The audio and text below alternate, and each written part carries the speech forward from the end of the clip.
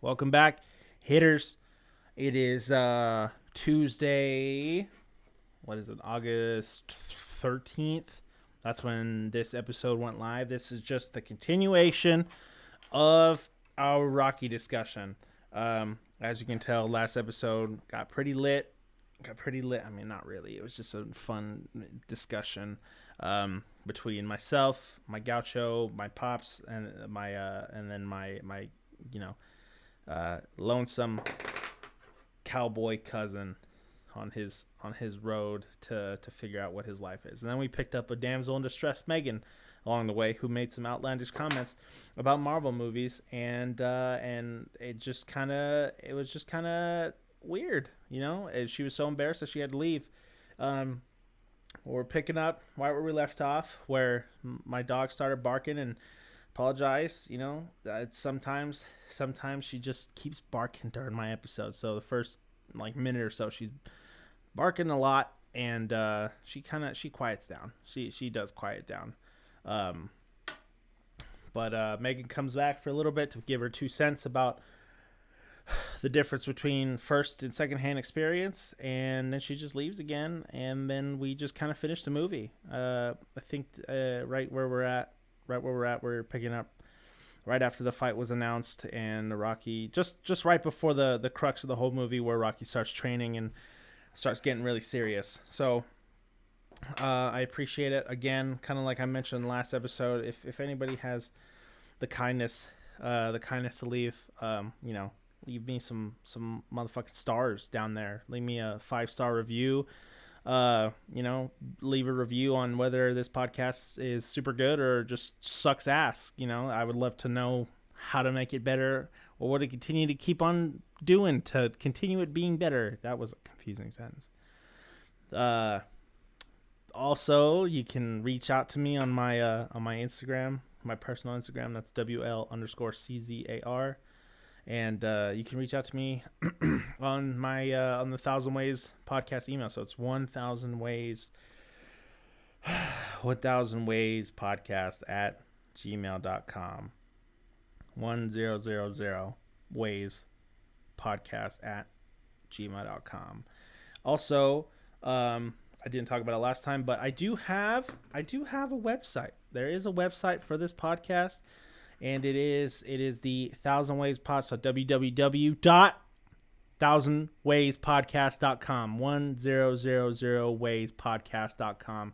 Same thing as the email. There's another one that's kind of set up. It's the one will just be a regular. It'll just say 1,000 Ways Podcast. Another one will say 1,000 Ways Podcast at Fireside. And that's not the one you want to go to. That's where.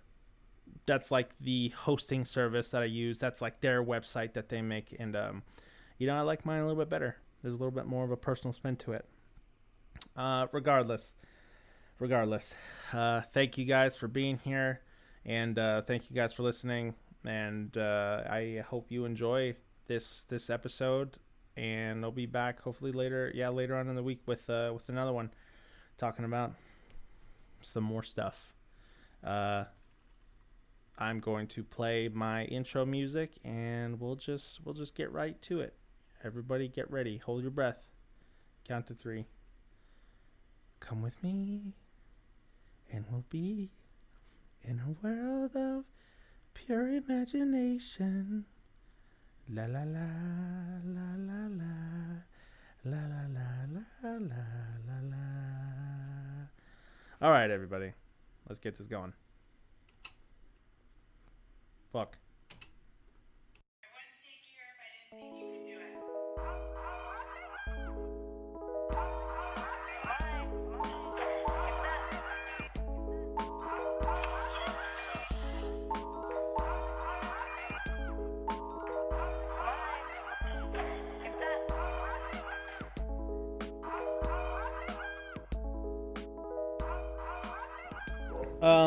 One small little bit in between, just in between all that, like right after they announced the fight, and then right before the most important part was Tony Gaza. He's that he's that the gangster that Rocky worked for. He kind of asks her. Rocky doesn't ask for anything. He's not asking for help from anyone. He would go to him to ask for work. Well, yeah, he would go to him for ask for work, but he just gave him money. Like he gave him money. He gave him $500 to train, and it's like thinking about it. Like Rocky didn't ask for anything. He didn't ask for any help from anybody, and the support came from someone who, because the whole movie, Tony has been helping Rocky. Like he gave him $50 to take Adrian out on a date. Right. He's giving him work, and then he gives him $500 to train, even though he didn't need it, because he was getting that big. We did the math. He was getting $150,000 back in 1976, which is pretty much $800,000. Equivalent to $800,000. Yeah, it's like $800,000 in like 2019 the, time. yeah. So it's like he didn't need that money. That's what? How much did Floyd Mayweather and Conor McGregor make? I don't They know. made I like think they said it $100 was. million, though, huh? They said They it had was like- like 9. They said it was like 9 digits. They made a bunch of money on that fight. Yeah. But $800,000 for one fight, it's pretty good. And for Rocky, the guy's living in squalor, but he's getting help from Tony. He's getting help from that gangster, and it's kind of funny where support comes from sometimes really strange, like really unfamiliar, really strange, really uncommon places. Like the last people you think that would help you would be the ones that end up helping you. So Yeah. don't be afraid to ask for help, or don't be afraid to you don't have to do it all by yourself is essentially what it is. Yeah. Don't have to do it all by yourself. But now, I mean, I get now is pretty much where we get to now is like the quintessential part of Rocky. It's throughout the first half of the movie, Rocky's had some bad blood with Mick, and he gets kicked out of the gym. He gets the shit taken out of his locker, hung up, put on Skid Row. He has that fight conversation with Mickey, and now Rocky's getting that opportunity to fight the champ, and this is when Mickey just kind of walks over to Rocky's house, and they kind of have that conversation. And right off the bat, when Mick enters the door, Rocky's super unreceptive. He's super standoffish. He's not looking Mickey in the eye. He's walking away from Mickey when he's talking. He's just being a real dickbag because it's like he's reading his final notice bill. Yeah, he's reading his bills. It's kind of like reading the fucking milk carton when you're drinking it. I'm gonna be a manager. Like when your phone's dead in the bathroom and you have to read it in the shampoo bottles and stuff. You're like, so he's doing that stuff while Mickey's talking, and it's really it's just irritating because it's like he's trying to help him out. Yeah. And Mickey says something really funny, where he's like, "You got to be very." How does he go? He's like, "You got to be very careful about the way you tackle this shot." Yeah. Unlike the Bible says, you ain't gonna get a second chance. Mick, okay, Mick. Yeah, and it's funny because they're, Mickey's just walking around trying to get Rocky to listen to him, and that's when Mickey kind of strikes a chord when Mickey compares Rocky Balboa, the Italian Stallion, to Rocky Marciano, who, if you don't know, he's the only besides Tyson Fury, the only other heavyweight champion to retire undefeated. But Mickey compares Rocky to Rocky. He says that he's got heart like him, and he moves like him, and Rocky kind of takes that personally and goes, "Yeah, I got heart, but I ain't got no locker, huh, Mick?" And he just kind of you see that he's taking everything that Mickey's done just personally, and he just doesn't really acknowledge what he wants, and all Mickey wants to do is give Rocky the knowledge and the pain and the experience that they both have. Basically wisdom. Granted, Yeah, he's got 50 years of it. Granted, Rocky has that's what he 50 said. years. 50 years. Oh no, not Rocky. Mick. Mick has 50 years on Rocky. Well, Rocky's been fighting for 15, and then Mickey's been fighting for 50. Or he's been fighting and coaching for 50. Yeah. So he just wants to give him that, and that's when Rocky starts being a real asshole and starts throwing darts at his own wall. Then he goes into the bathroom. Mickey just kind of goes, this is kind of worthless. Tries to leave, opens the door, closes it because he forgets his hat. Rocky comes out of the bathroom because he knows that he thought that Mickey left. Opens the door, sees Mickey, goes back inside, and then Mickey just leaves. And then when Rocky comes out of the door, and Mickey leaves, that's when he just kind of lets it out. That's when he kind of lets it out and explodes. He's like, his old place stinks. He's like, you want to come move in with me? Come move in with me. And he starts talking about how, it's 10 years too late. How Mickey had a prime. Rocky didn't even have a prime. Yeah. What about my prime? Yeah. He's like, what about my prime, Mick? What about mine?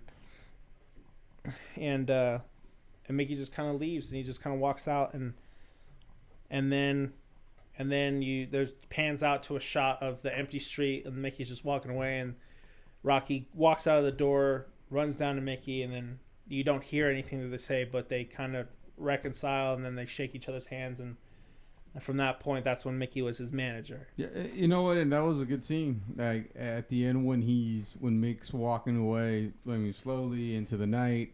It's like the whole setup, right? And you know what I thought was cool about that too is the fact that they didn't do a close up on what was happening. Your own mind. It's your own interpretation. Yeah, of your own mind what basically said. Rocky came out, apologized to him, and said, you know what, I'll take you on your offer, and then the rest was history. It's like wow. So yeah, but again, look, you guys being younger, I'll tell you right now, there's always going to be somebody out there with a little bit more wisdom, a little bit more experience in certain things, and of course, most of the time, you don't want to listen to anybody else because you want to go through your own experience. And sure, I wish Megan was still here. And she didn't walk out because remember when we had that really long conversation about first-hand experience versus. Oh yeah, that's right. Yeah, that's I wish she was here. Maybe she got offended because of the makeup thing. Maybe she did. Maybe she did. Let's see if we can reel her back in. I was just playing Megan. Jesus. But yeah, I mean, as far as experience, when I think about it in a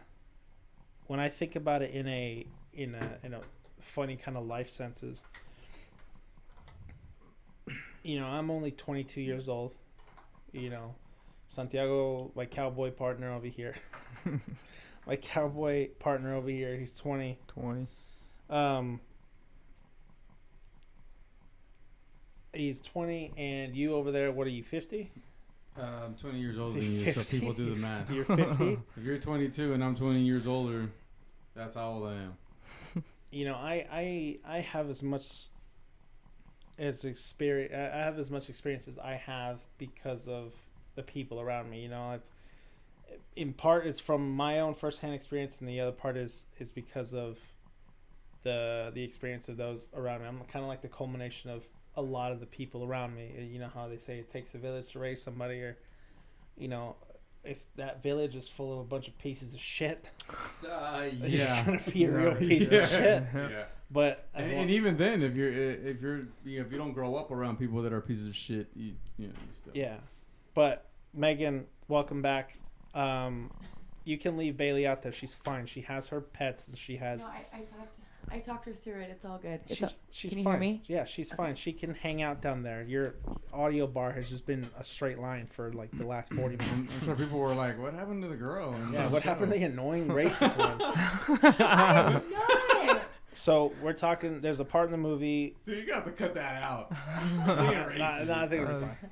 That was pretty bad. There's pretty no, bad. it's fine because Megan is right. Megan. It means well. She didn't think it was. Okay, racist. wait a minute. Let's just say she's a Trump supporter. That's it, right? Oh my gosh, we're not going that way. Okay. Megan means Do well. not do that. Megan No, means you're well. gonna have to cut that out. No, I don't. Megan means well, and she didn't mean to offend No, anybody. cut it out. Megan. Anyways, go. Keep you know going. what? You'll I cut meant it to out. offend every person Right here. that was You're offended. gonna cut out that. You're gonna cut it out right No, here. I'm not. I'm just leaving it No, you're uncut. Uncut. Dude, that's so horrible. There's Don't a do part where. terrible. There's a part where we're talking about Mickey, and Mickey's Rocky's trainer. He's been doing it for 50 years. So kind of like Coach B. Yeah. in weightlifting terms, you know, like as far as I've been weightlifting, I've only been weightlifting for like 2.5 years. Yeah. What 2.5-year-old knows how to fucking do anything? Yeah, we don't know how to do Like, shit. you can't even a 2-year-old. I don't even know how to snatch. I didn't even learn how to go to the bathroom until I was like 6. Okay, so, you know, that was a problem. Technically, you were still peeing in the bed. Like Should have been like 4. That's true, right? You know, most serial killers pee the bed well into their like teenage years. Okay, stop it. Okay, Well, so I think Bailey kind of helped you not to be a serial killer. So that's maybe. So what we're talking about is the conversation we've had prior, where firsthand experience and learning because Mickey wanted to offer his experience in fighting and coaching and help Rocky, and Rocky wasn't receptive to it at first. Right. But there's a difference between, and my dad was saying it, how firsthand experience is beneficial, you know, but whatever stupid point you were trying to make when we had that conversation about learning from other people's mistakes. Yeah. You know, yes, truthfully, it is beneficial, but it is dumb. First-hand experience is a lot more important. You need that. I'm holding back so much right now. So go. So no. Go, talk. ask me the question. No, what is so in like my perspective on it? In your opinion, yes. So what is the difference between first-hand experience and second-hand experience? And which one benefits more? And whatever it is. I mean, obviously, because you do a lot of coaching, right? And you're only you're a good coach from the coaches that you've had before, but also because of what you've done. Right. So yeah, what's your look on those two? On those two, okay. So, you know, first-hand perspective, second-hand perspective. Okay, so the way that I look at it is 100%. I do agree with you that first-hand experience is always going to be beneficial because everyone's first-hand experience is going to vary based off perception. Simply, like, we could have the same first-hand experience and completely have different views on it, and that's totally possible. Now, I also think. Oh wait. No, you're good. Oh, I'm still good. Okay, I can't hear myself anymore. That's fine. Okay. I also think that secondhand experience is just as important. Like, for example, that's why when people say surround yourself with like-minded people, like-minded individuals who are successful, if you want to be successful, it's for that reason, because you want to learn from their mistakes. And it doesn't mean that you want to avoid making your own mistakes, not by any means. But I think that you would be extremely foolish to not listen to what someone has to offer, learn from them, and you know what? It could even be something completely opposite. You could be like, okay, you did that, and that's how it worked out for you. I don't really like how it worked out for you, even if you feel like this is successful, so I'm going to do the opposite of what you did and see how it goes. Yeah. Or maybe I'm going to try the same thing and hope for a different outcome and just make a few tweaks to what you did. And maybe it will work and maybe it won't, and that's just kind of, you know, trial and error. But I think that, yes, firsthand experience is always more beneficial, but I think that secondhand experience is just as important. Yeah. Well, you know, and it works both ways when it comes to working with like-minded people. Yeah. You know, because you can be in a group of success-minded, success-driven, open-minded group of people, or you can be in the situation that I was with, you know, because there's no such thing as bad teams. It's just bad leaders.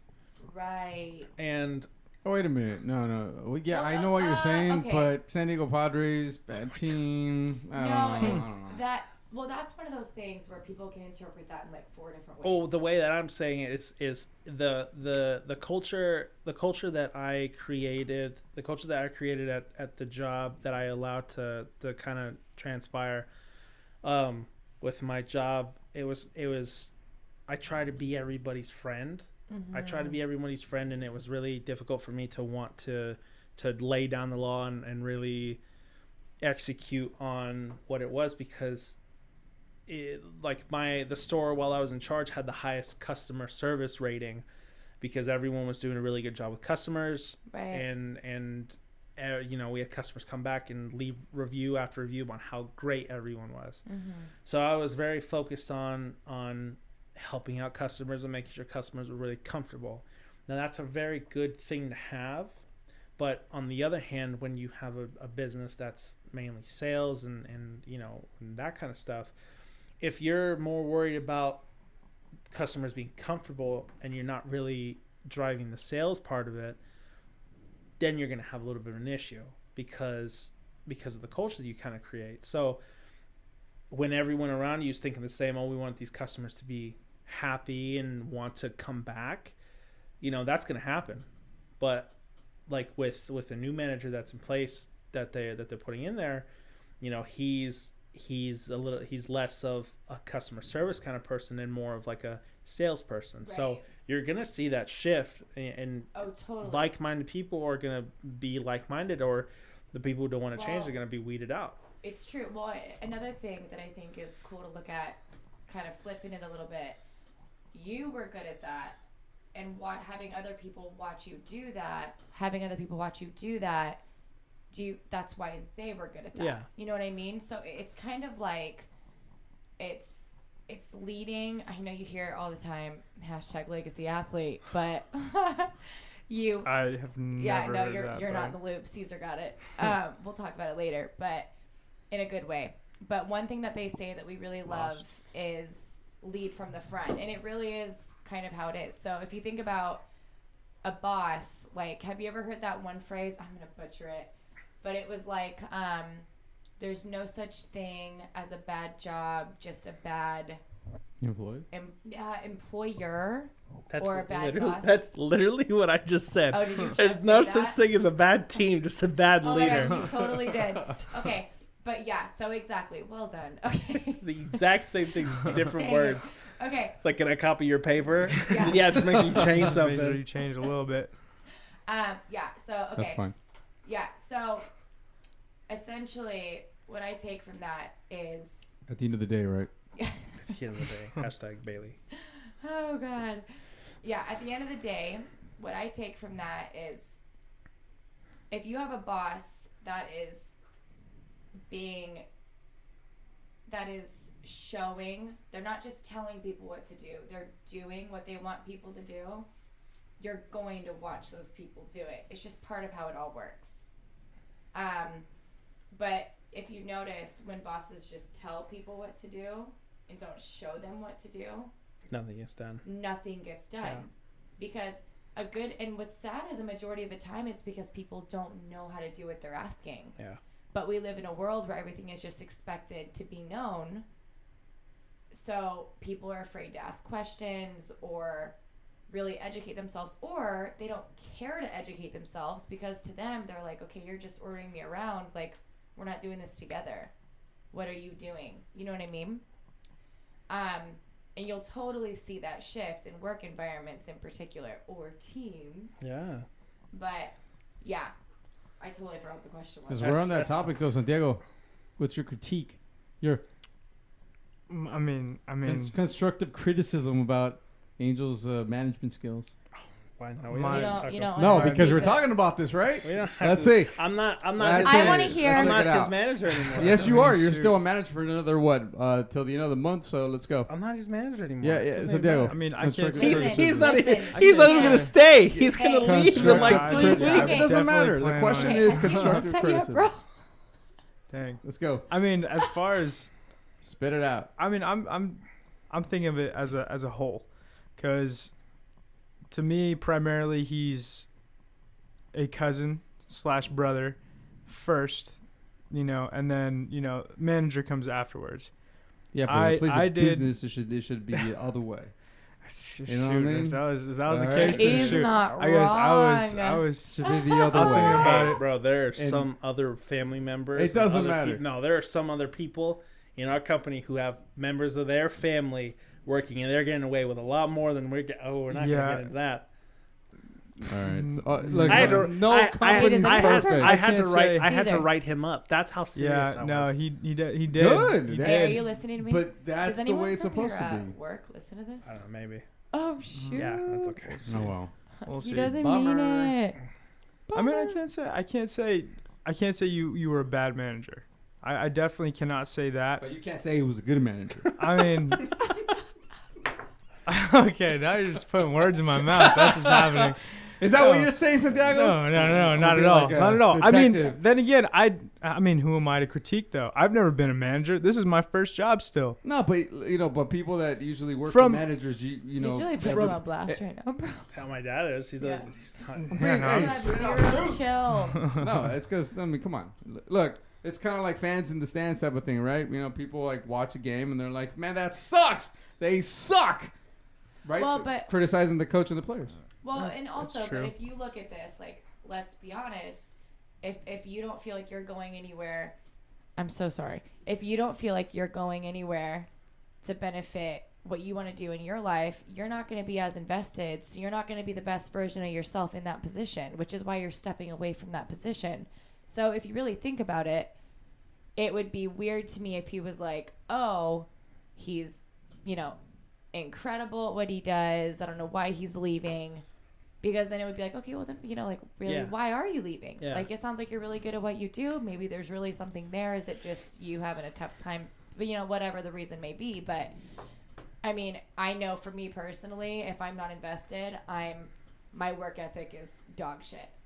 It's there's no like middle ground. Like I'm invested and I'm doing everything I can to be the best at whatever it is that I'm invested in, or I'm checked out and you're not getting shit. Well, and that's I'll be the first to say that's actually one of the problems that we have is working there, because we understand that there is a task at hand that has to be done, and if we're going to try to accomplish that, it's going to take time. It's going to take energy, and that's why he is leaving.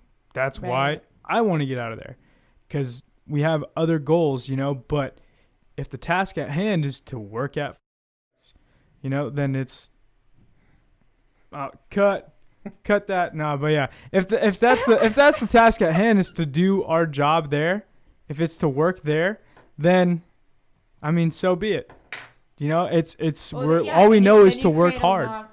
All we know is that's what I'm saying though is Right. that's why we're trying to do our best to get out, of that job, is because if we do have those other goals, then Well, and that's when you kind of make a decision. Whatever you do, even if it's a sport or whatever other job you take, there's gonna be those times when you're like, I really hate this. I'm gonna be honest. You know what I mean?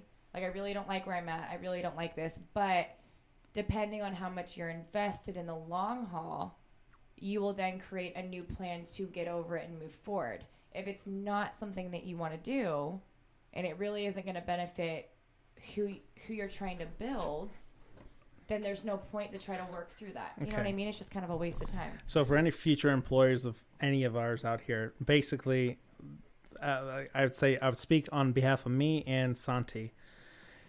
The reason why I'm stepping away, the biggest reason why I'm stepping away is because of the fact that I have been so comfortable for so long that I'm losing what it is. I'm losing what it is to be hungry, an active, a hungry part of, like, have a hunger for my own drive, like for the things that I'm passionate about in my life.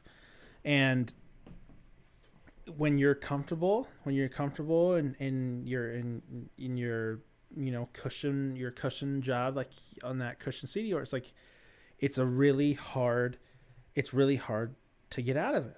And if you don't get out of it, it's just kind of it's kind of a black hole. It's like a big fuzzy black hole that you are safe in, but you're not really safe in. Stay hard. You just Stay hard. You can't grow that way. If you want to talk about exactly the point you're making, the experience, okay, when Yeah, and that's what we were talking about. Here, God exactly. damn it. Right? You want to talk about the experience? I stayed at a job for 15 years. A waste of fucking time. Yeah. Right? That's exactly what that is. A waste. Why? Because A, it was comfortable, and B, well, I had to take care of you. Yeah. So I mean, there was other reasons. But for the most part, could I have done something else? Yeah. It's like that saying. It's that saying that I've heard before. It's like all those days that came and went. All those days that came and went. That's life.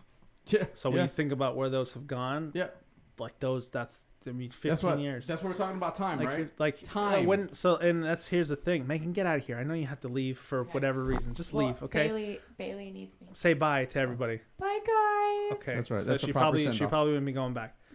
Yeah. No, this is the final. Okay. We're gonna go watch a movie. Okay, bye. Okay, bye. What are you gonna watch? We don't know. Okay. Maybe Rocky at this point, because I don't know. Oh, That's there funny. You should. You should. Honestly, maybe That's Yeah, you will. I'll want to train at like 1 a.m. though. I just can feel it. With I mean, so it's Megan, leave. Bye. Bye. Do you hear her? Yes. Laughing Yeah. back? Get Go bye. ahead. Wow, I'm funny. Bye. Okay, bye. So Hilarious. with when did you start that job? Like when did you get? It was, let me see here. Well, I think I started when I was 21. 21. So 21. So I started I my worked- job when I was 18, and I've basically been there for 4 almost 5 years. You know, Oh, that's a third of what you've done. Okay, exactly, right? And what starts happening is you get comfortable because it's everyday life. Yeah, it's it's the everything that you routine. do. It's you start depending on it. Let's put it that way. And so if there's other aspirations that a person has, man, if you're gonna wait till talking about time, there is no perfect time. Yeah, and that's what and I think I mentioned that to you while I was walking out of the door, contemplating. Actually, well, you texted me when you made the decision and you told me about it. No, this was another time. So okay. before I was walking out the door, like on my way to slave away, it was like, man, like when you think about it like long and hard, you really, That's what she said. yeah, you really don't have time to do anything between working as much as you do, driving, and sleeping. Like you have no time to do anything else that you want, and The commute. I don't know how everybody else commutes, but the commute's a killer. yeah. The commute. I remember. I think I told you that in a month, I would drive because I drove for that long after we had moved, and I tallied the whole entire amount of hours. It was a 40-hour shift basically. It was another job. Yeah. Just to be Just on the to drive, road, to drive from here to there and back, and that's not even counting the staying down there because I didn't want to hit traffic, and so the whole day that was it. And then you get home late. Get up and do it early again, and it's like, what time do you have? So kind of pressing forward here because we've been talking about this thing for a minute. This was gonna be a long one. Oh, we're at an hour 40 now. That's what she said, right? The next thing that you see is Rocky waking up at 4. Yeah. And what we've just been talking about kind of ties into in a second. So he's waking up at 4 a.m. He's drinking his raw eggs. And the first time that he runs up the steps, there's iconic steps that you see, when during the training montage, with like that stuff, when he's like got his hands up in the air. The first time that he does that, he's cramping, he's getting to the top, he's wheezing, he's getting by slowly, and that's kind of the first taste, of him training for it, and all of it kind of shows that it's not going to be easy, and he knows it. To get prepped for this, he has 5 weeks to get prepped for it, and he's got to bust his ass. And when you see him at the top, just kind of walking down the mountain, like walking down those stairs, he looks extremely defeated. He looks really defeated about the journey that he's about to take. And the next thing is training at training at Mickey's gym. He's training at Mickey's gym again, and it was, what we were kind of talking about, how you can kind of find significance. You can find a line, or you can find something and put your own significance to it. But the way that this line kind of came off, it was pretty interesting, where he's hitting a heavy bag, and he's kind of moving around like a big idiot because he's gangly and he has no control over his muscles. And Mickey comes over here and he goes, "You're sloppy. It's like you're being sloppy because you're off balance." And he ties his shoes together. And we're just kind of sitting there looking at, what does that mean? Like every time something happened, we pause and sit and think about what it meant. We're dissecting. And we dissected it, and if his feet are too close together, the strings are going to be flaccid. Like there's going to be slack, and that just means that he's off balance. And if the strings are too far apart, if he moves too far apart, it'll break. So if they move too far apart and they break, he's off balance. Just to have enough tension, like. Yeah, but if you can move and hit and be balanced while doing it, you can become a really dangerous person. And that's kind of what we're getting at as far as as far as, where I'm at as far as my job, where I'm, where everyone at this table really is at, where we're trying to find a balance to our lives. We're not trying to be, I'm not personally trying to be overtaken by something as comfortable as driving and clocking in and doing that. I don't want that. I don't want to be too swayed to one side. And then the other thing is I don't want to be too swayed toward just weightlifting. Like if I'm too swayed toward just weightlifting, the same thing will happen. You'll burn out quickly. You have to have a balance and a good balance of skills and adequate personality in all aspects.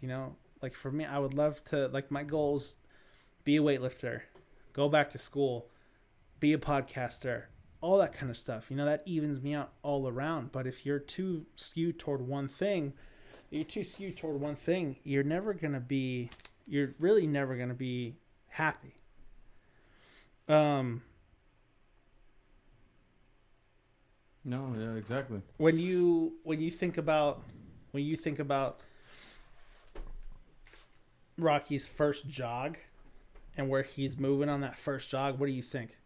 Like, what do you think, hitter? I think of everyone's reason of failing their New Year's resolutions. It's a big one. Everyone talks about it, working out or losing weight, whatever, even trying to take on something as daunting as becoming the greatest weightlifter ever. It's the fact that you're going to start from somewhere.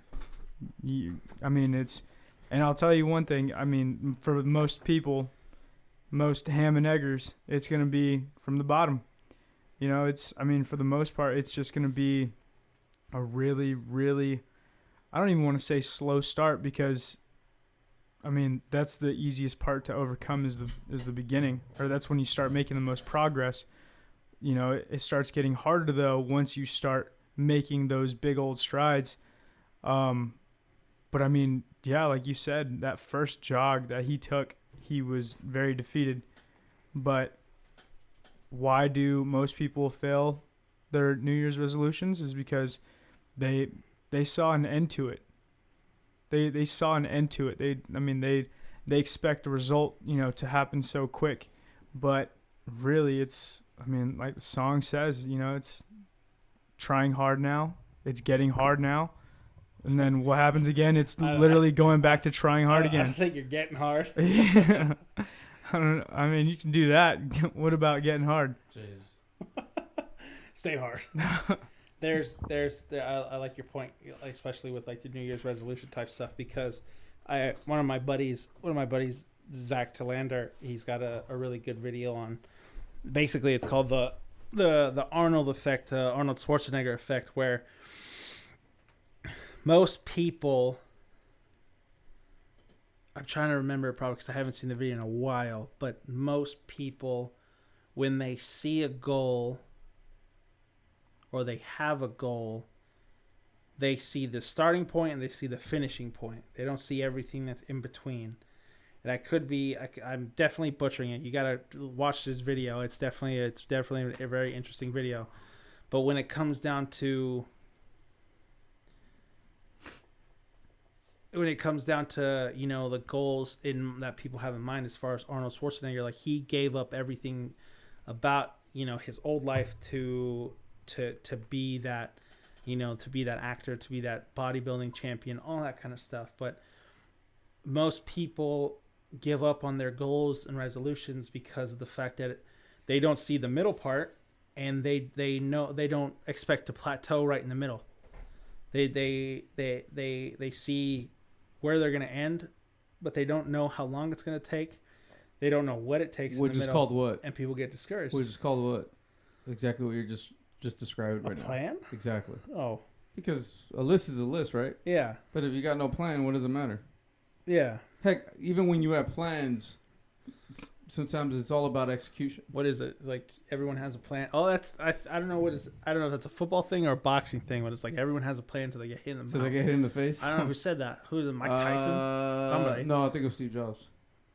I don't think it was I Steve Jobs. definitely don't think it was that. Yeah. I don't think it was Steve Jobs. Who said that? It's Mike Tyson. Is yeah, it Mike Tyson? It was Mike Oh, Tyson. was it Mike Tyson? Yeah, it was Mike Tyson. But I think it was Steve Jobs. Everyone. Oh no! You know what? Actually, it was Walt Disney. He had a quote, something about sometimes you need to get kicked in the face or punched in the face, something like that. Sure. You know what? Everyone have a plan until they get punched in the mouth. That was a good. But as far as being off balance, what do you guys think about that balance? How important is having a balance in your life? Oh, geez, it's key. It's absolutely key. Something popped into my head. It was just the difference between like pleasure and joy. You know, a lot of people are more prone to pleasure than joy. And I don't know. I mean, I guess it's, you know, he woke up at 4:00 in the morning, which is not pleasurable. I'll tell you that much. 28-degree weather. Yeah, and running on that news. Earn the day. Earn the sunrise. Yeah, and I mean it's, I don't know. People give into what's more pleasurable than what will bring mostly joy. I don't know. That definitely stood out to me a lot, just because I can tell you from experience. I mean, you know, it was easier in high school because there was kind of a plan for me. You know, it was just the fact that I knew the way the day was going to go. You know, I would wake up, and I woke up at, you know, 4:50 in the morning.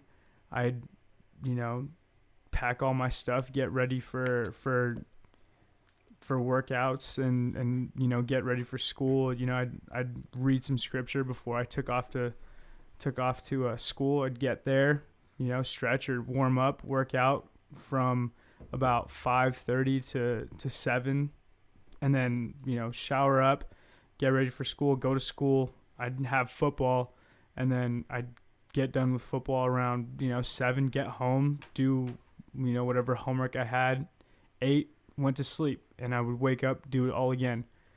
And that brought me joy. But after high school, I mean, it's not so easy to just plan something out that way, you know. And I'll tell you what, sleep is a pleasurable thing. It really is. And I mean, it's not easy just getting up at, you know, 7:00 now, you know, when you have time to sleep in a little bit more.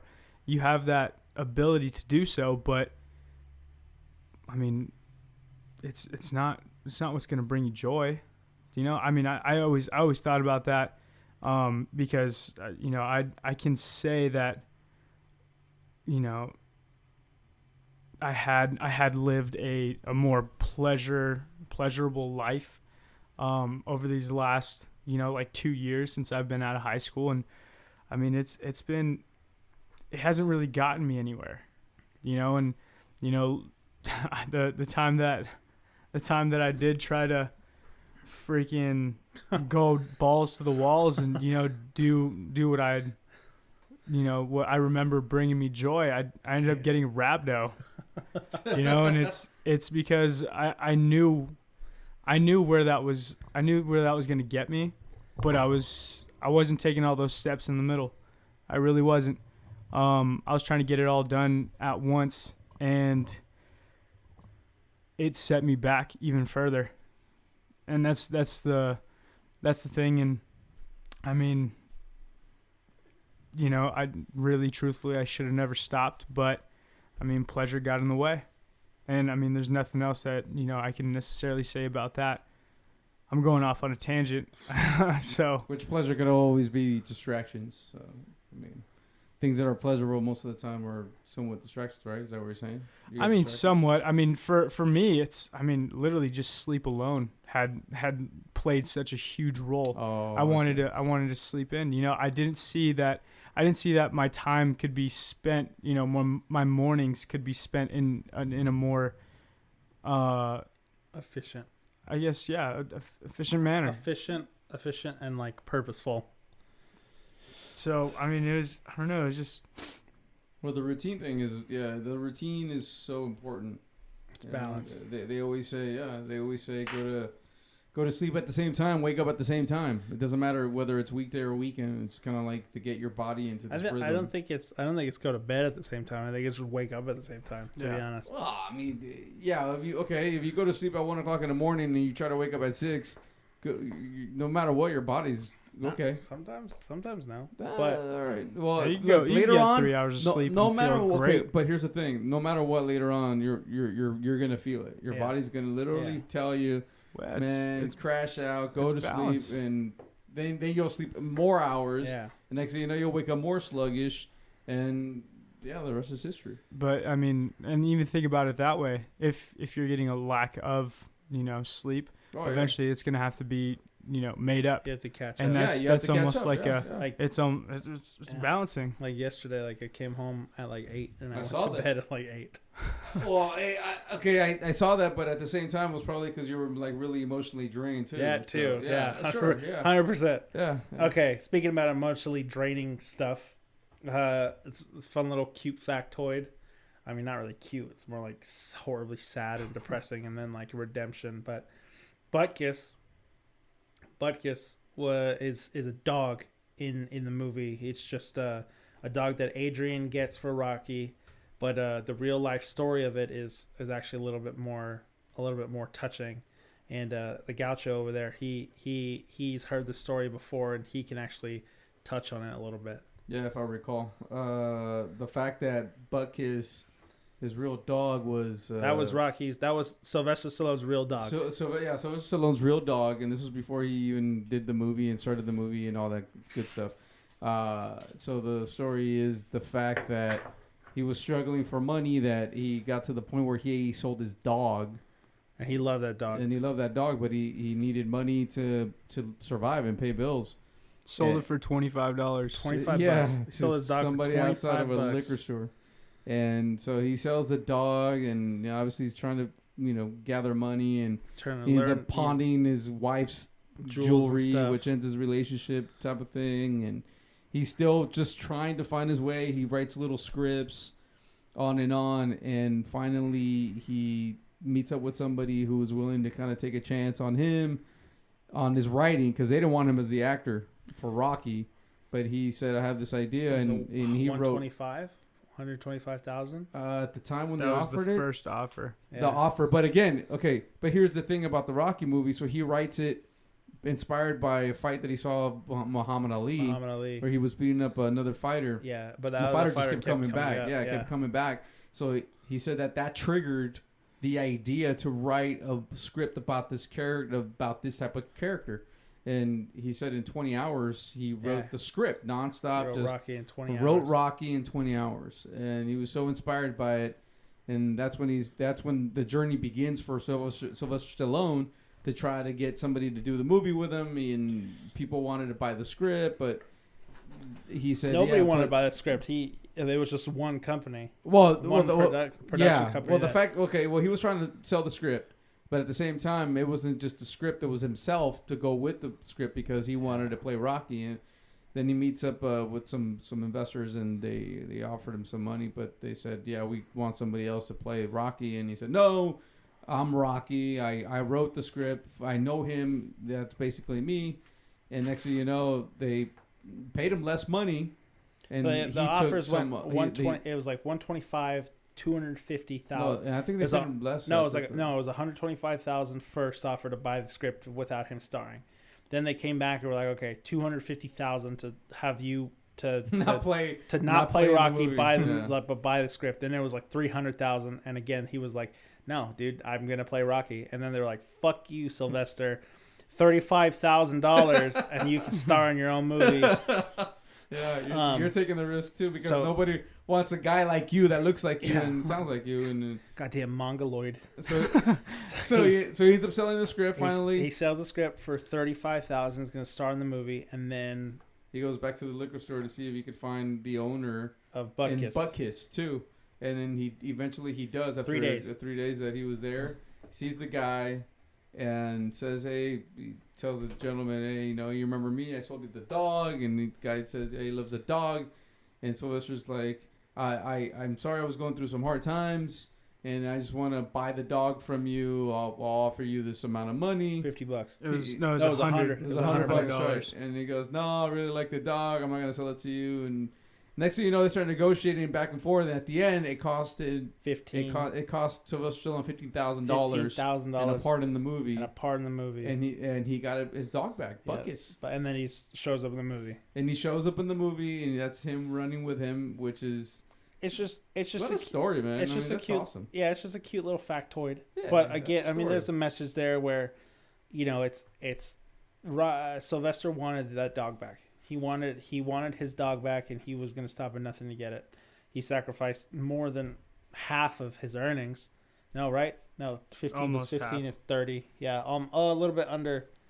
Yeah, almost like- half. That's 17.5. It's like 42-ish percent. That's 17.5. That's like 48. That's like 47 point something You percent. think so?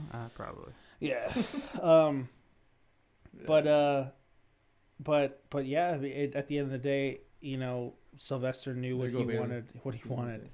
And then right after the little training scene, they start training a little bit. That you see Rocky running with Butkus, and then there's a weird little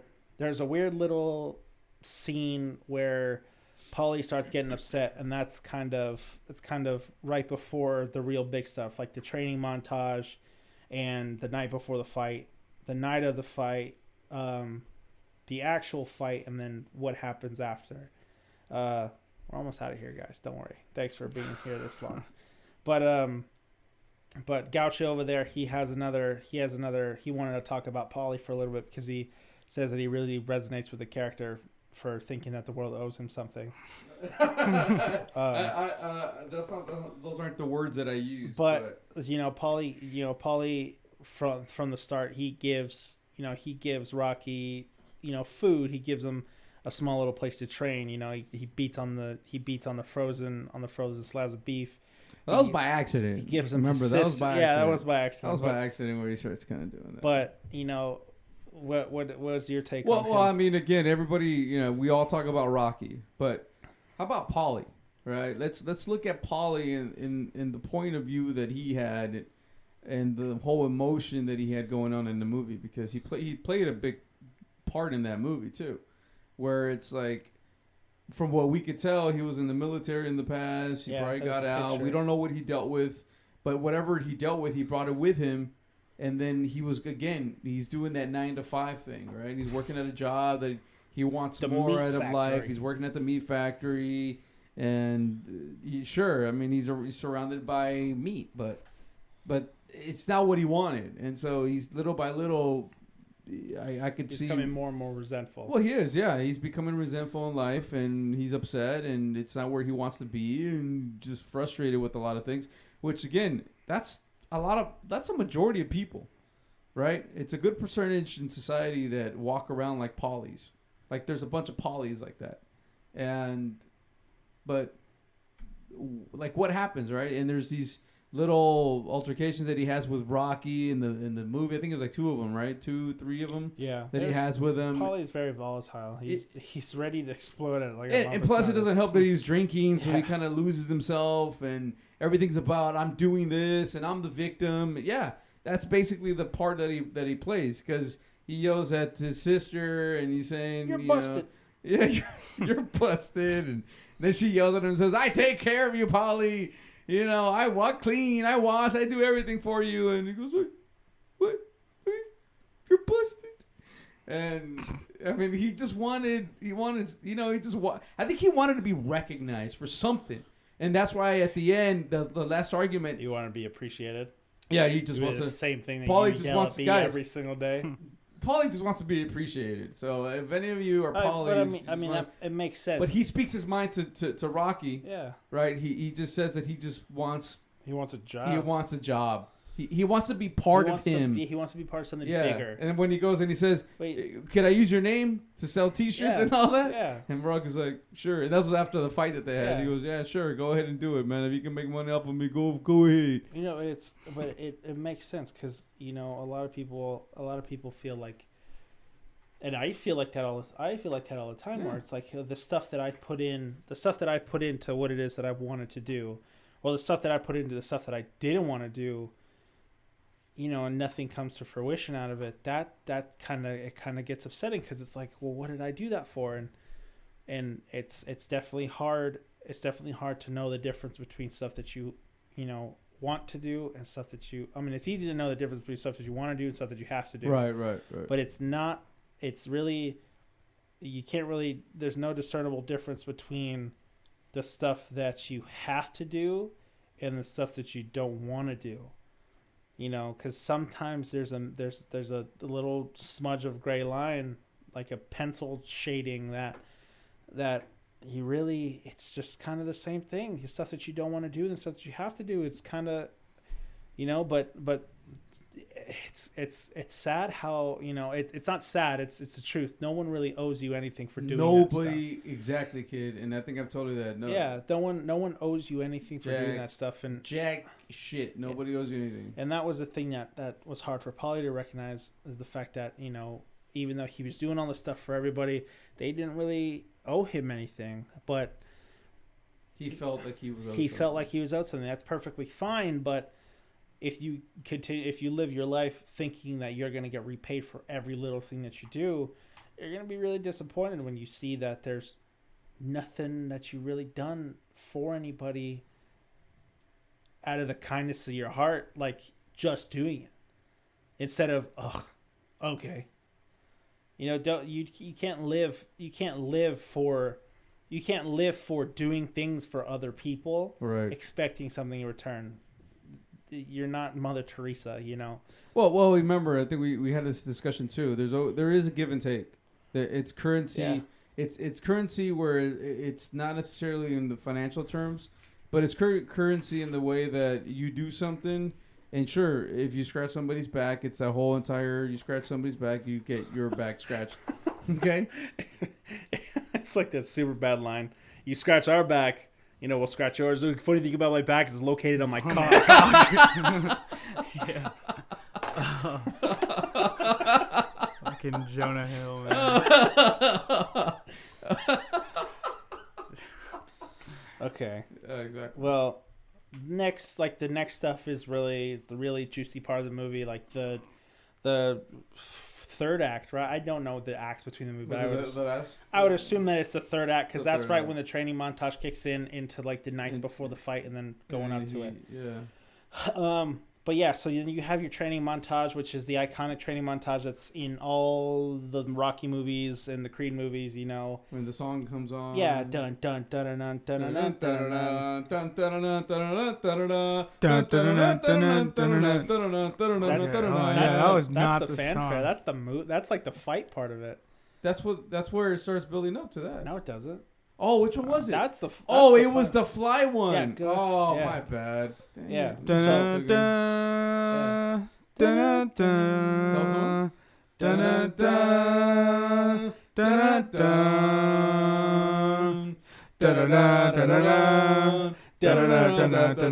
dun dun.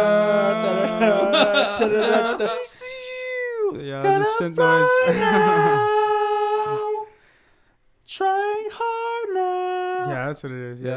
Yeah. So that It's gonna get tough now. I think there's also. 3 lines to that song. I'm pretty sure there's only 3, but it's there's only 3. Yeah, I'm pretty sure there's 3 lyrics, but it's like trying hard now, gonna fly now, flying high now. So, obviously at the start where it starts off, it breaks down like the first time they sing in the song, it's just trying hard, and you see Rocky really busting ass to get better, and then at some point you see a shift where, instead of trying really hard, like he's actually, the whole point of a training montage, the whole point of the montage is to show the process and the progress being made, Now, you don't see any of the bad stuff that happens in between. You don't know if there's an injury. You don't know if Rocky's getting discouraged. Like, fuck, bro. Like, sometimes through a training cycle, like, I sit there and get discouraged and super upset about myself. I could sure as hell make a super sweet, sick montage about my training, like, with nothing in between. But, you know, I think there's a more... It's more refreshing to think about something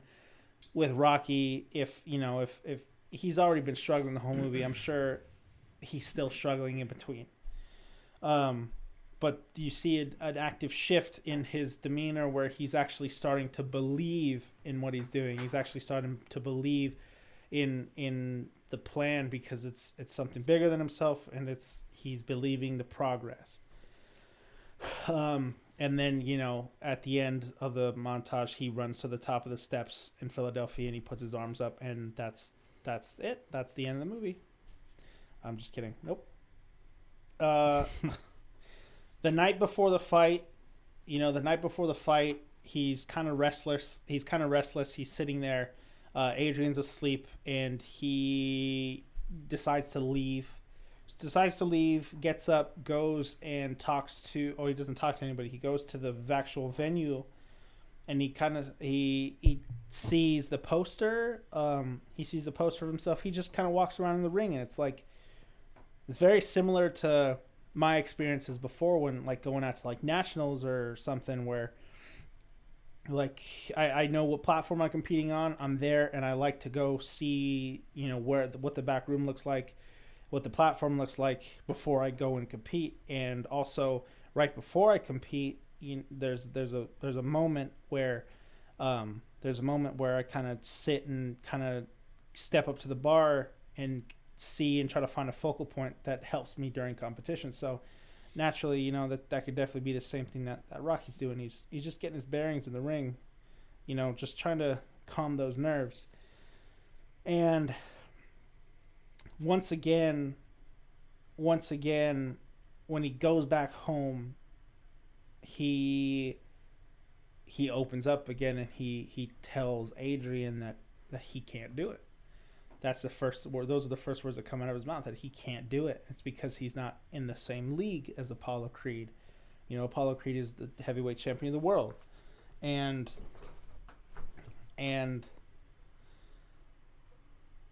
there's one thing that Rocky says is that he doesn't know what to do, and that actually doesn't matter because he's a nobody.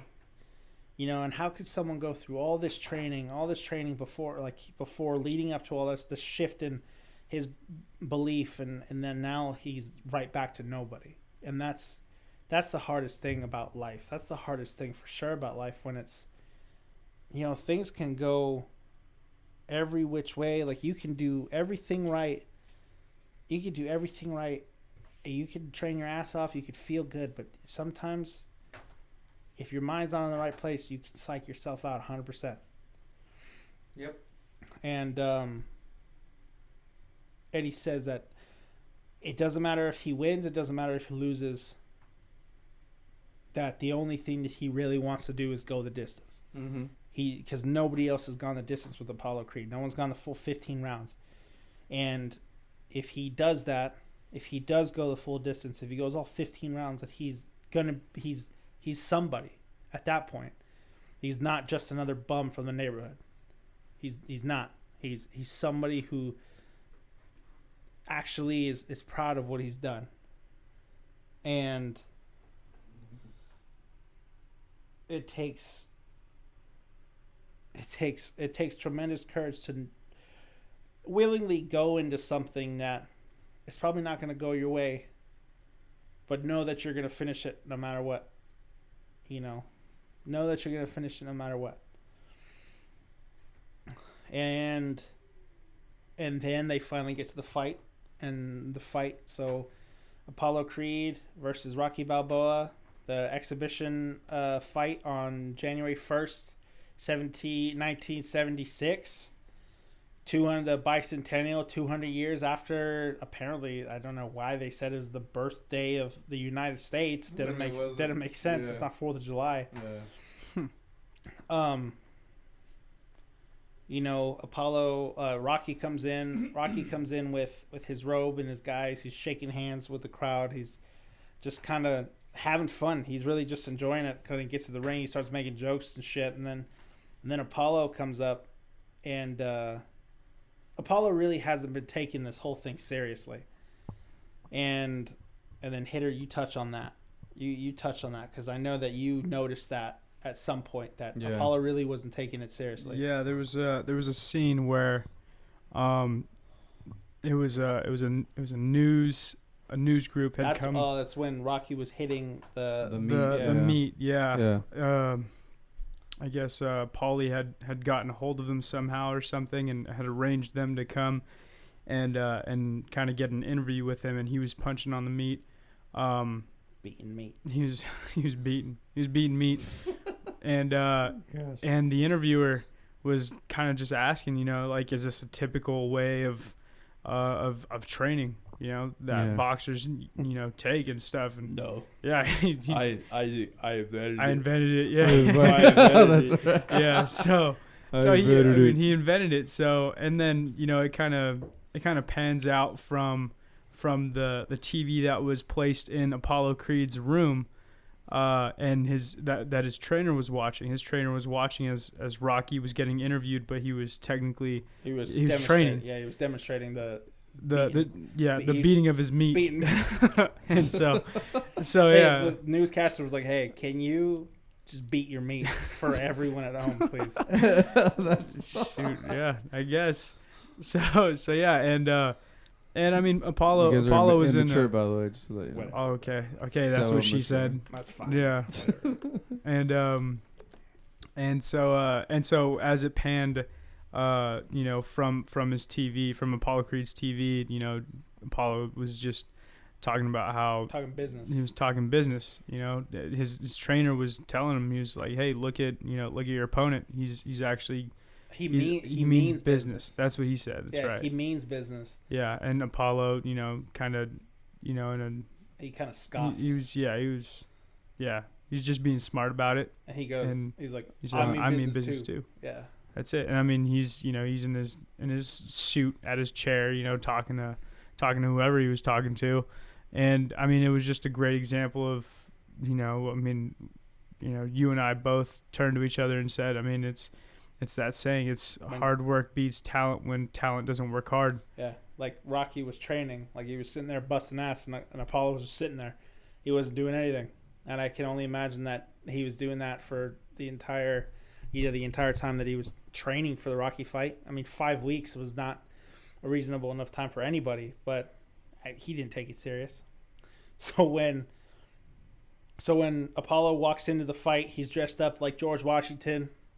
And he's wearing his USA shorts, the ones that appear in Rocky 4 and Creed 2, kind of.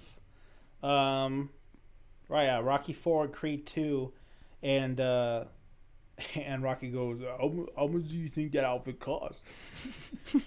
And Apollo's just being a real dickhead about it. He's walking around throwing fucking quarters and shit to people. You. He's like, "I want you. And he's just pointing at people, and he just gets in the ring, and he's just a big cocky asshole about the whole thing. And it's just like, you know what?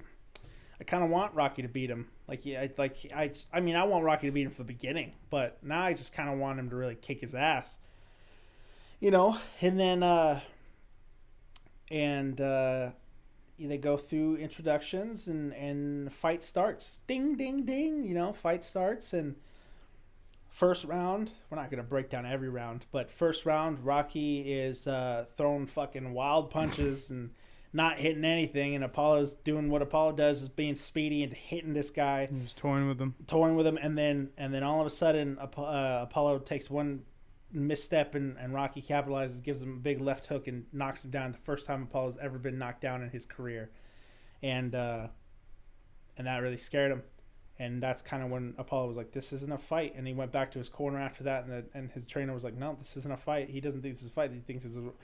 He doesn't show. Yeah. Yeah. He doesn't think it's a show. It's for real. Yeah, it's a real fight. And then it went into the other montage, like the progress of the entire fight, throughout the fight. You know, it's going both ways. Apollo's kind of manhandling him because Rocky's still, well, you know, Rocky's still Rocky. He's still a young amateur. He's just an amateur, bro. He's like, he's not. He doesn't have the experience of the ring. But the most important part, you know, the most important part with what Rocky wanted, having to go the distance, that's what he wanted. So you can see both of these guys just get beating the fucking shit out of each other. And then by round 14, they're just destroyed. Like, they're dying in the ring, you know, like everyone's messed up. That's when Rocky's like, Mick, you gotta cut my eye. I can't see it in my right eye. And then they like, cut his eye. But round 14, and if you're like a David Goggins listener, you listen. He talks about this round specifically. But that's when Rocky gets knocked down for what everyone believes to be the final time. Like, that's when Apollo really punishes him, knocks him down, and then Mickey and all the Rocky's corners like, stay down, Rocky, stay down. Yeah. And Rocky's like just sprawled out on the ground trying to get up, and Apollo turns his back. He's got his hands in the air because he knows that he won, and then Rocky stands up and Apollo turns around, and this guy's like, what the fuck? It's like, who is this guy? Like, what? Like, he's standing up. Like, he just went 14 rounds, got knocked down, came back up, and you can't see. You can't see. You can't see it on my right eye, Mick. Both eyes. It was actually the whole both. Yeah, no, it was both. And that's the point where that in David Goggins' book, where he talks about, it's his book, yeah, in his audiobook he talks about it, where he says that scene where Apollo sees Rocky stand up, and the look on Rocky's face, or the look on Apollo's face, is the face that David really tries to emulate in everything that he does. You know, he wants to be the one who goes the distance and gets up, and whoever looks at him like, who the fuck is this guy? Why is he coming back? It's because he's that guy. And that's the guy that, you know, that's the guy that I strive to be, and I know that's the guy that we all strive to be, where, you know, life may have kicked the shit out of us, but we have to go to the distance no matter what. That song is my alarm clock, and I know that you were here that one day at like, I don't know why you were fucking awake already. It was like my alarm clock went off at like 5:59, and you were awake at like 4. I was awake really early that night. But how long did my alarm clock play before I turned it off? Dude, I couldn't tell you. Like, literally, it was like it just turned on. It was a second. Like, I heard it and I was up. I was ready. Because that song really gets me going. Meant business. So in between rounds 14 and 15, so the final round, you know, Apollo's corner is telling Apollo that he's bleeding internally, and they're like, we got to stop this fight. And Apollo's like, you know, stop nothing. And then Rocky and Mick in his corner are like, we're going to stop this fight, man. You can't see. And then Rocky's like, if you stop this fight, I'll kill you. And then Mickey just kind of says, like, if you want to go. It's like, if you want to go. And Rocky goes, I'm going to go. So he goes out round 15, and they just kind of duke it out. The last 3 minutes of round 15. And you know, the bell rings, and they kind of embrace warmly, and I think they might have kissed a little bit. And Apollo's like, there's not gonna be a rematch. Yeah. And then Rocky's like, don't want one. But there are fucking like 9 other Rockies, so it didn't happen. So, you know,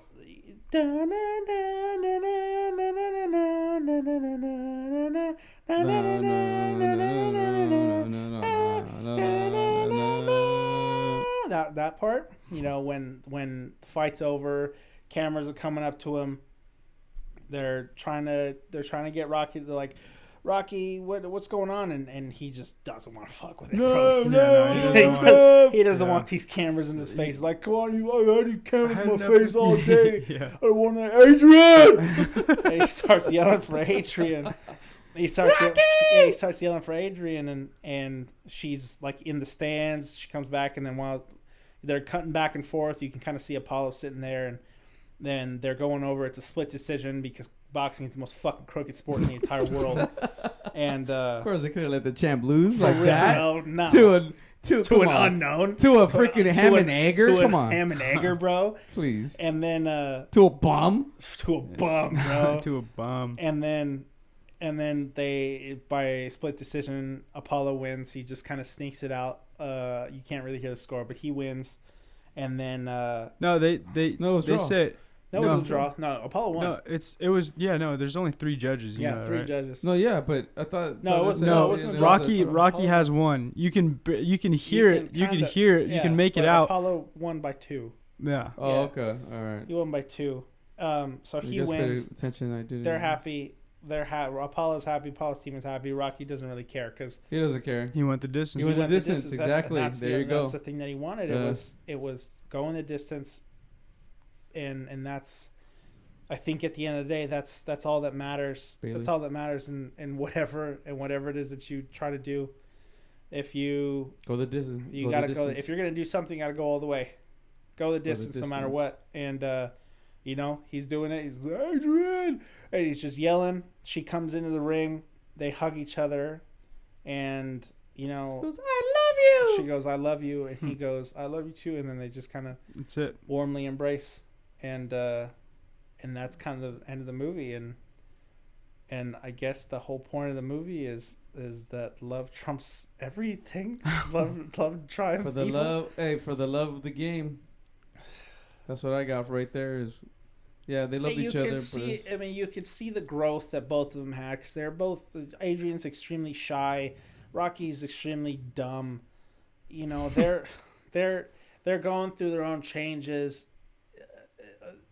Rocky just did the thing that the most important thing in his life, and he didn't do it alone. And I guess that's part of it. You know, if there's anything you take away from the movie episode 1, Rocky 1, it doesn't matter whether you win or lose. You got to go the distance. You got to prove to everybody that you're there to be a real contender. And regardless of the support system you have, you can't. Sometimes you can't do this stuff alone. I think we've had this conversation as well. No, you can't. There's no such thing as you doing it alone. Jeff Bezos did not build Amazon alone. Steve Jobs didn't build He Apple definitely didn't alone. ruin it alone. Yeah, exactly. You go down the list: Microsoft, Bill Gates, all these guys And Arnold. that have done who? Arnold talks about it. Arnold talks about. Oh, yeah, that's he right, talks about how he's like, if those people who hadn't gotten me groceries every once in a while, you need, they, I mean, he wouldn't have had money to pay rent. He wouldn't. I mean, stuff like that. I mean, it's you're not gonna do it. You're not gonna do it alone. Very rarely has anybody ever done anything from nothing to accomplishment and Jesus didn't by even themselves. do Not that. He even- needed 12 people. He needed 12 followers, Yeah. according to the book. La Biblia. Okay, we're not going.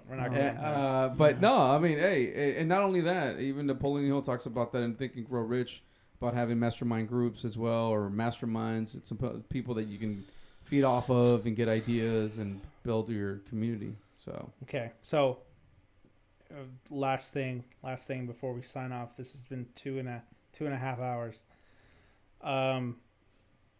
What would you rate Rocky 1, and what do you take away from it? Gaucho.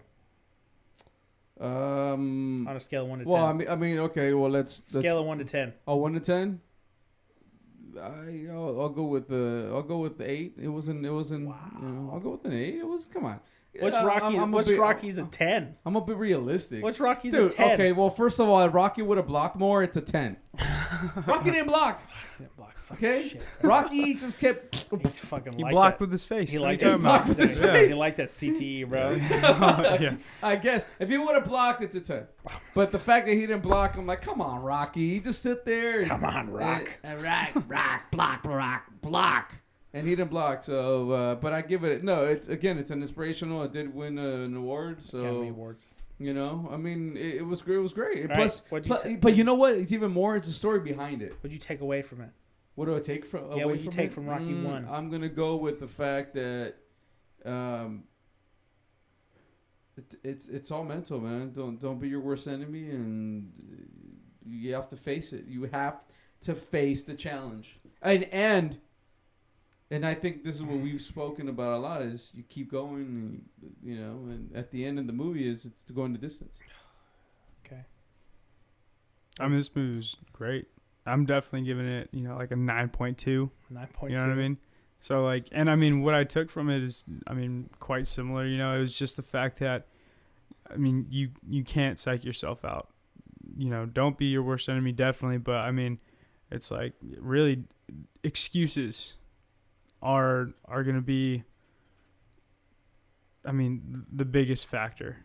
And, I mean, as far as that's concerned, don't already count yourself out.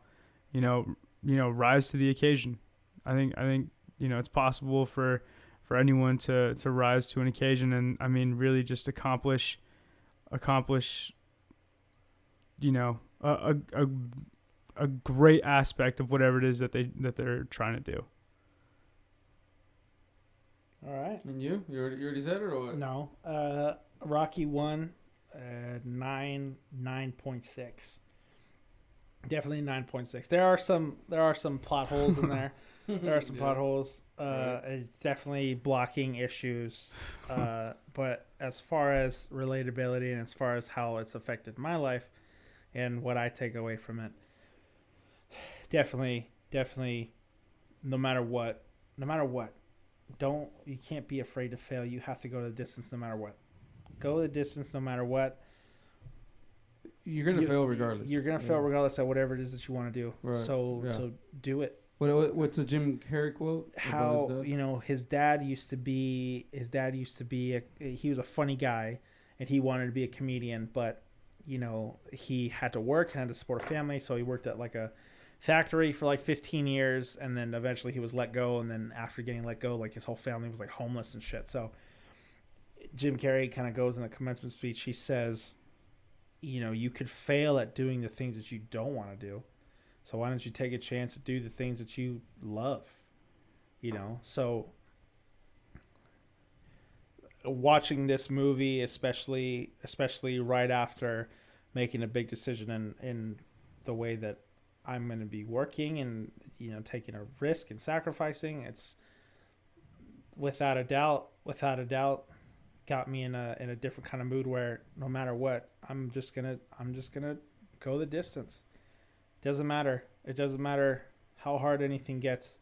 If you go the distance, you know, when you're like, you know, like the light at the end of the tunnel gets really hard to see when you're in the middle of the tunnel because your eyes get adjusted to the dark.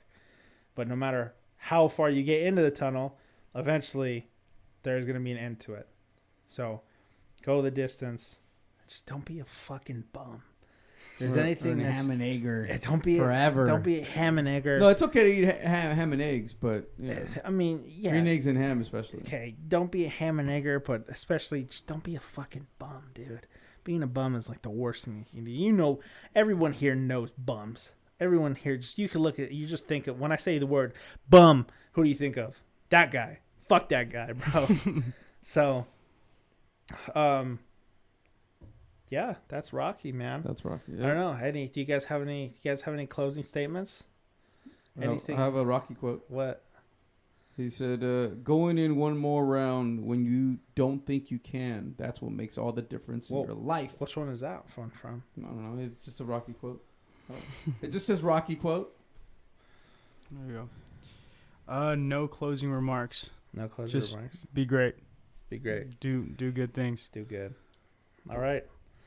All right, everybody. Well, that's our Rocky episode. Thanks for being here, all 2.5 hours of it. If you made it all the way through, I told you it was coming. It was bigger than I thought it was going to be.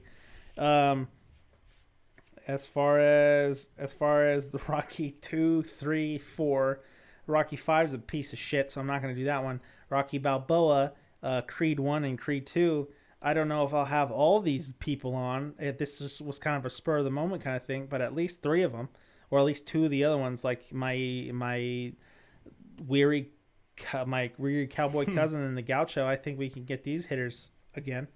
But thank you guys. Thank you guys for listening. If you are, if you still are here, if you have anything, wrong, if you heard any fallacies or anything that you didn't like, or you want to put your 2 cents in, about Rocky, you can always email me, thousandwayspodcast@gmail.com. You can always hit me up on IG, hit me up on that Instagram. Big changes coming with this podcast, especially with more time to focus and dedicate to it. So it's just moving forward. So love you guys, love everybody out there, and be easy, everybody. Just be easy. Go the distance. Be easy. Yeah. Yep. Thanks for listening. All right, guys. Thank you very much. Adrian! Bye. Dude.